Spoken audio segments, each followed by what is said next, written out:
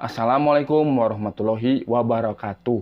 Tepang deui sang simkuring Ujang Comro. Kaleresan dinu danget ieu simkuring bade macakeun deui sareng midangkeun deui dongeng pikaserian anu pikeun janten judul dinu dongengan ieu nyaeta dongeng bahasa Sunda carita ngeunaan Wangwing Wong. Mangga atuh nya ka pamiarsa wilujeng ngadangukeun.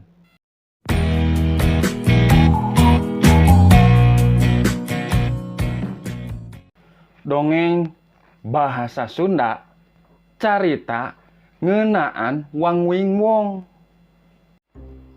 Aya 3 AA anu pangkawentarna di kota kuring.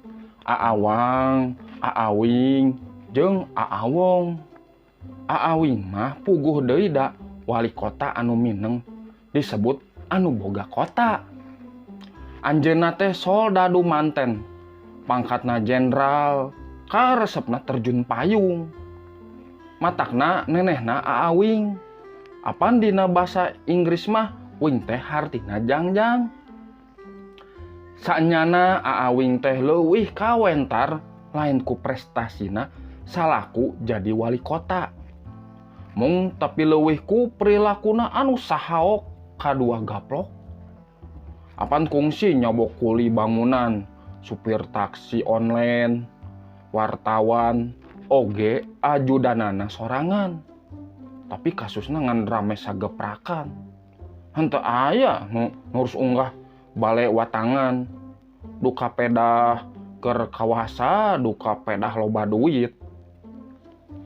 Aawong mah ajengan ngora, tapi pasantrena agreng tur mewah. Pasantren zaman now teh cenah. Santrina 1000, jamaahna ngajuta di unggal kota. Ari ku kituna salain caramah di pasantrena, Aawong mah apan boga acara dina televisi, channel YouTube, media sosial, panasehat, nyieun vlog di unggal tempat anu didatanganana. Ceramahna nepi ka mancanagara. Paru usahaanana rea penerbitan buku, media online, warung sangu, kolam renang, khusus muslimah, restoran halal, stasiun televisi jeung radio. Jeung rea deui. Ari ku kituna unggal Aawong ngadegkeun pausahaan misalna stasiun televisi anu sodakoh pagede-gede da cenah keur kapentingan umat. Ciri anu mandiri Aawong kawentar di kota kuring. Apan eusi ceramahna dituliskeun di halte bus, supermarket, restoran, hotel, terminal, taman-taman kota, jeung rea deui. Ari Aawang kunaon pangpaneurina dicaritakeun. Lantaran manehna anu bakal jadi boga lalakon dina carita ieu. Umurna kakara 17 tahun, tapi ngaranna akrab jeung saha wae warga kota kuring. Ti budak kakara bisa ngomong nepi ka aki-aki nini tua waweh woh warawuheun ka ngaran Aawang mah. Cenah kecap wang dina Aawang mah asalna tina kecap saliwang. Ari saliwang apan hartina sok salah dangu atawa salah harti. Matakna lamun aya anu nyebut Aawing atawa Aawong mah anu ngadangu teh hormat. Tapi basa ngadangu aya anu nyebut Aawang mah lamun henteu imut nya seuri. Aawang mah tempatna keur nyeungserikeun, nyapirakeun, ngahinakeun, ngajelejeh mineng saha wae oge ngahajananya atawa ngobrol jeung Aawang lantaran ngaheureuikeun. Lain nya atawa ngobrol. Aawang tas di mana? Cek nu nanya. Cek uing ge hiji tambah hiji mah 4. Jawab Aawang. Geus dahar acan. Gajah, onta, jarapah, kijang, monyet, kudanil oge aya. Anu nanya biasana bari disaksikeun ku babaturanana. Terus sareuri nepi ka babarakatakan. Aawang miluan seuri. Aya oge anu ngarekam adegan siga kitu ku HP. Terus diapungkeun dina Facebook, Twitter, Instagram atawa media sosial sejenna. Kitu pangna Aawang oge kawentar henteu saukur di kota kuring. Perlu ditegaskeun deui saha-saha oge anu nanya atawa ngajak ngobrol ka Aawang mah komo terus diapungkeun di media sosial lain lantaran sosobatan. Eta mah saukur cara manehna ngahinakeun, ngajelejeh, ngabejer beaskeun yen Aawang teh bodoh, blegu, idiot, sengseurikeun. Aawang nya sok seuri oge lamun aya anu nyengseurikeun teh. Tapi manehna apal mana anu misobat, mana anu saukur ngajejelejeh. Nya oge rea anu nanya jeung ngajak ngobrol, tapi saperti anu kungsi diucapkeun ku Aawang. Sobat manehna mah ngan saurang, nya eta kuring. Ari kuring jelema henteu sakola jeung masakat SD oge henteu tamat, anu bodoh jeung anu masakat sosobatan bisa disebut nurup cupu. Klop, pas. Saha-saha oge sabada apal sosobatan kuring jeung Aawang. Siga anu nya tujuan jeung ngamaklum nya sigana perlu dicaritakeun saeutik ngeunaan indung bapak kuring. Bapak kuring nya henteu boga pacabakan matuh. Sakapeung ngaladen tukang bas. Macul di kebon hui lamun aya anu ngahiras. Dagang suung di sisi jalan lamun keur usumna. Mamah teu pati bisa diandelkeun. Da puguh tik-tik brek. Sakapeung babantu di imah nu beunghar lamun kerja-kerjag. Imah kuring unggal tahun pundah pindah. Kumaha kontrakan anu pangmurahna. Bapa mah nya oge masakat tapi katelah tukang protes ku tatangga sabudeureun mah.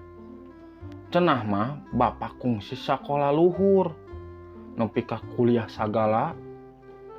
Malah kungsi gawe di Pemda sagala. Tapi lantaran tukang protes teh ngan sataun bapak gawe terus nama kaluar. Atuh basa kuring kaluar ti kelas 4 SD. Apan mimiti nama bapak protes ka kepala sakola. Cek bapak, sakola SD mah kudu haratis. Kitu aturan di Jakarta oge. Ari kepala sakola keukeuh menta iuran keur toilet murid. Dana bos teu nyukupan. Kitu oge cek urang dinas pendidikan kacamatan anu pidato basa acara samen. Mereka dawang mah nya kuring kaluar sakola. Terus nama diajar ku bapak tina buku-buku anu diinjem di perpustakaan keliling. Nya oge bapak kaasup pang masakatna di lingkungan RT mah. Boa di sadesa atawa di sawilayah anu leuwih lega oge. Tapi bapak mah tara diajakan gawe di proyek dana desa. Mimitina lantaran basa ngomean jalan gang. Cenah lantaran make dana desa. Anu diajakan teh warga RW anu masakat baringa ligeh atawa sagawe-gawe saperti bapak. Basa anggeus proyek jalan gang. Bapak protes lantaran ngan saukur di buruhan Rp 30.000 sapoe. Cek bapak, apan geus diterangkeun ku Pamentri jeung Presiden Jokowi sorangan. Dana desa teh dina prak-prakanana kudu padat karya. adat karya tunai nya geus bener ngajakan warga anu pangmasakat nama bari buruhna kudu normal seperti gawe di tempat sejen. Lamun keur tukang Rp 100.000 nepi ka 125.000, atuh keur laden mah Rp 80.000. Ari cek pakuwu da ieu mah satengah kerja bakti, jadi buruh sakitu ge geus cukup. Henteu saukur protes ka pakuwu harita bapak teh. Da dina Facebook oge protes ka presiden. Cuma cenah program alus oge ari henteu ditalingakeun mah. Ceuk sasaha oge lantaran tukang protes bapak teh tetep masakat. Tapi ceuk kuring mah lain kitu. Tukang protes jeung miskin mah eueuh hubunganana. Bapak masakat lantaran teu boga duit. Lantaran henteu gawe ngagunakeun ijazah. Sapinter kumah oge di kota kuring, lamun henteu ngagunakeun ijazah mah moal bisa gawe. Dipercaya katut dihargaan. Di kota kuring leuwih dihormat jeung dihargaan anu pangkat atawa gegeleyengan kana mobil. Teu paduli pangkat bari eueuh gawe atawa henteu merhatikeun kapentingan masyarakat. Geus biasa jeung teu kudu era meunang gaji monel bari gawe saukur catur atawa mencetan HP. Keun we apan pimpinan oge henteu era ngatur proyek ieu, proyek itu, ijeun nyeun ieu, ijeun nyeun itu ieu. Bari anu dipentingkeun mah gratifikasina bagean keur manehna. Ari ku kituna apan korupsi teh geus ngabaju. Biasa di kota kuring mah henteu kudu era, geus biasa lamun dina media massa aya berita bupati korupsi, gubernur disogok, izin itu ieu, legislatif ngatur proyek, karyawan maok bareng kantor, jeung rea deui, wajar. Sarua wajar jeung nurup cupuna sosobatan kuring jeung aawang. Nu masakat jeung nu bodoh sosobatanna teh wajar jeung sakuduna. Hampir unggal waktu kuring jeung aawang babarengan sagala diobrolkeun. Aawang urang teh geus 17 tahun ayeuna. Ceuk kuring hiji waktu. Anu kitu teh manuk nuri ngaranna. Tembal aawang. Bener, diulur heula talina terus tarik sataker kebek. Cekoran geus banjir deui di Jakarta mah. Uing ge karunya lamun ucing anu laliar teu dibere nya tuh teh. Terus kuring jeung aawang saleserian seringeuna ngagak-gak. Bulan purnama di langit lenglang siga anu miluan suka bunga. Kuring mimiti nama nya nyerikeun kabodohan sorangan. Tapi saterusna mah sabada ngacaprak jeung aawang, kuring ngarasakeun sugema anu tohaga. Sering ngagak-gak kuring kuda lepas tina gedogan, lepas. Ngacambling kuring jeung aawang lir ngahijina dua kanyataan.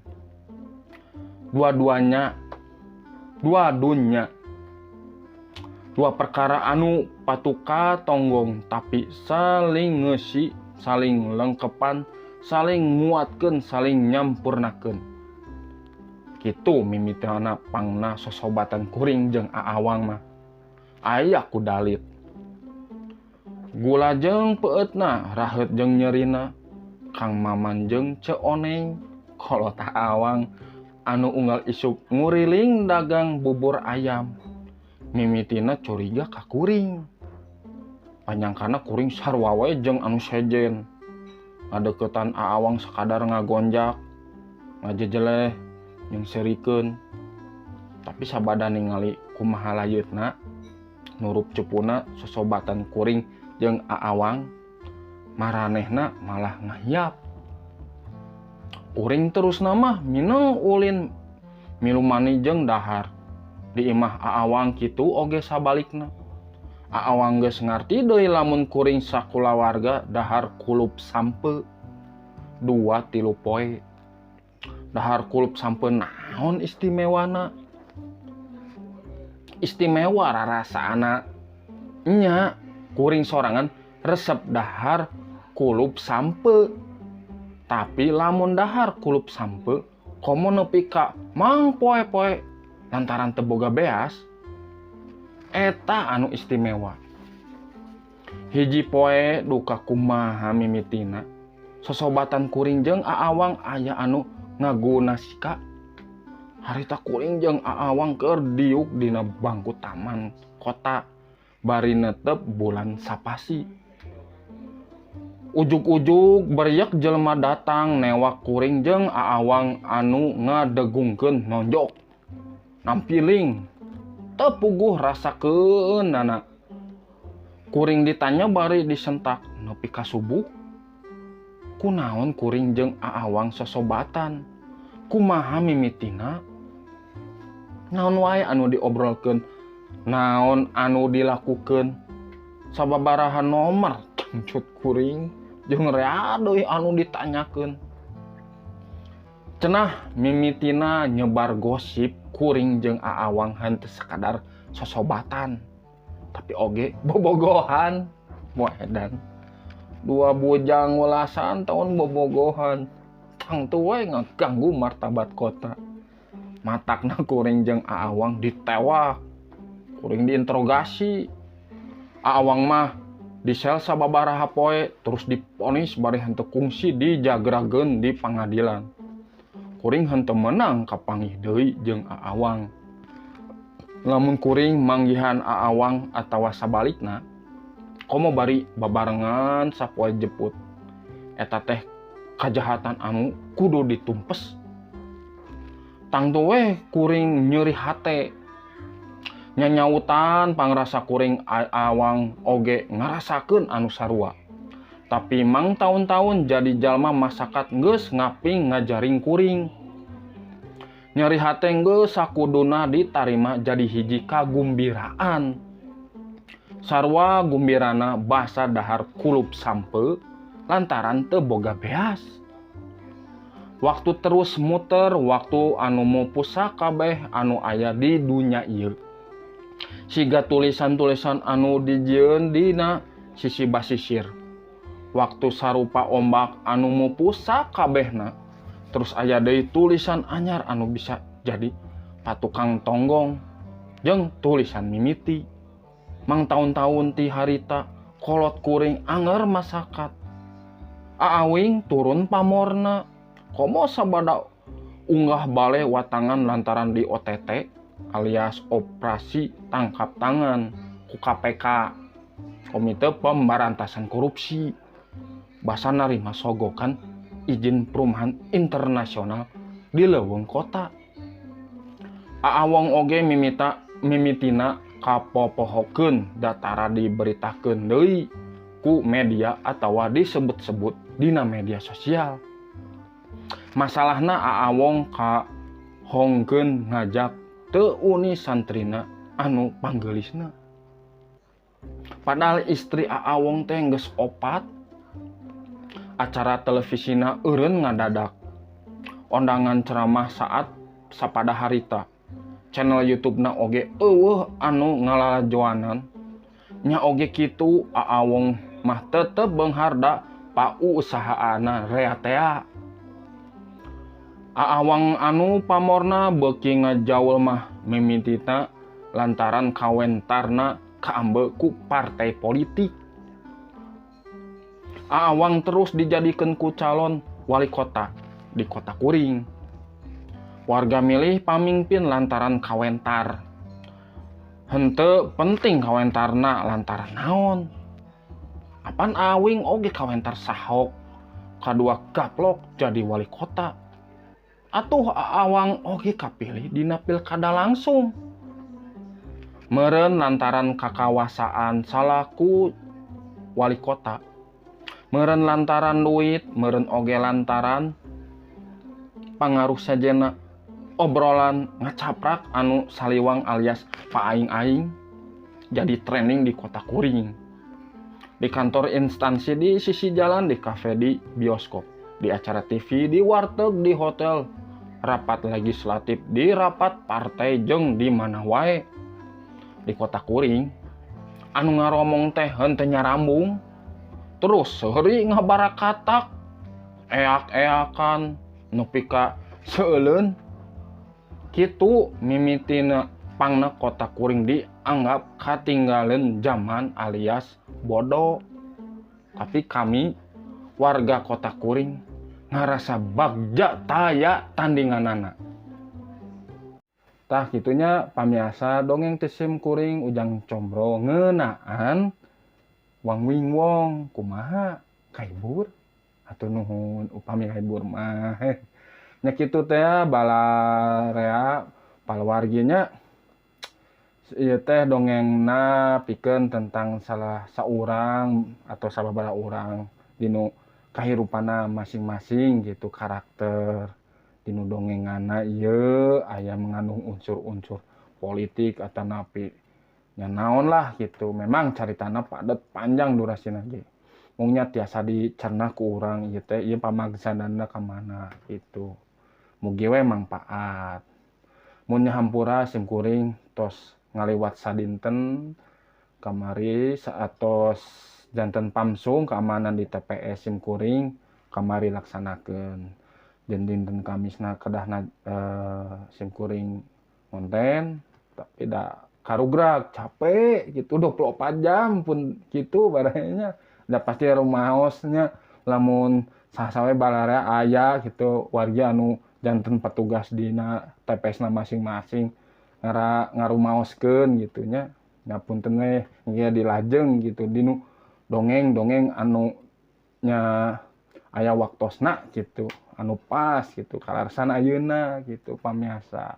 Hatur nuhun tos nyupport Sim Kuring Ujang Combro dugi ka ayeuna tanpa wargi mah Sim Kuring teh sanesna naon gitu. Tapi nya Sim Kuring ge hoyong teh ieu dongengan teh salian tinu ngahibur oge nya tiasa ngalestarikeun nya keagungan budaya Sunda pikeun dina dongengan Sunda gitu. Muhun atuhnya engke dilajeng deui ka paluargi dinu danget-danget anu sanesna. Mangga tuh dipiatur Sim Kuring bade pamit lah. Amit mungkur amit mundur. Assalamualaikum warahmatullahi wabarakatuh.